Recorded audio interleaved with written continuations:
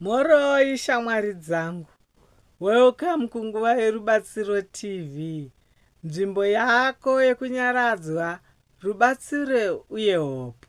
Nhasi tichataura nezvekukurira kupokana uye nzira dzinokubatsira kugadzirisa ukama uye kugara wakadzikama mupfungwa. Gara zvakanaka, bata mwoyo uye tichatanga rwendo rwedu. Shamwari dzangu, kupokana kunogona kuunza stress uye kusagadzikana muhukama. Unonzwa kushushikana uye kusava nechokwadi. Nhasi tichadzidza nzira 5 dzinokubatsira kukurira kupokana uye kugara wakagadzikana mupfungwa. Nzira yekutanga ndeyekuteerera pasina kukurumidza kupindura. Izvi zvinobatsira kunzwisisa pfungwa dzemunhu uye kudzivirira kusagadzikana. Nzira yechipiri ndeyekutaura zviri pachena asi zvine ruremekedzo. Izvi zvinoderedza misunderstanding uye kunyaradza pfungwa.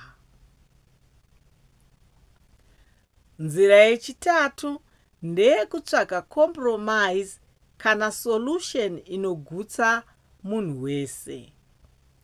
Izvi zvinogadzirisa ukama uye kunyaradza mwoyo.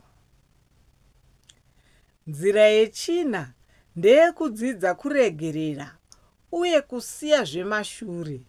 Izvi zvinowedzera peace mupfungwa dzako.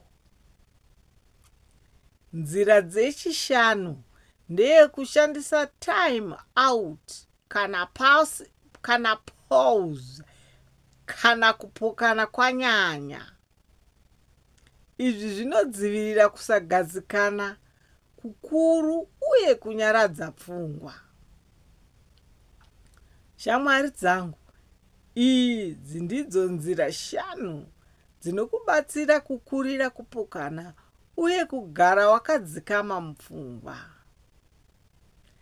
Gara wakasimba, bata mwoyo uye rugare mukukurumidza kugadzirisa ukama. Nguva yako yerubatsiro yasvika. Ndokutendai nekuteerera Nguva yerubatsiro TV.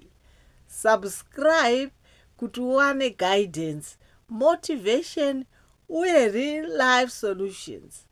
Nguva dzose, gara wakasimba uye rangarira kukurira kupokana kunowedzera peace mupfungwa uye ukama hwakanaka.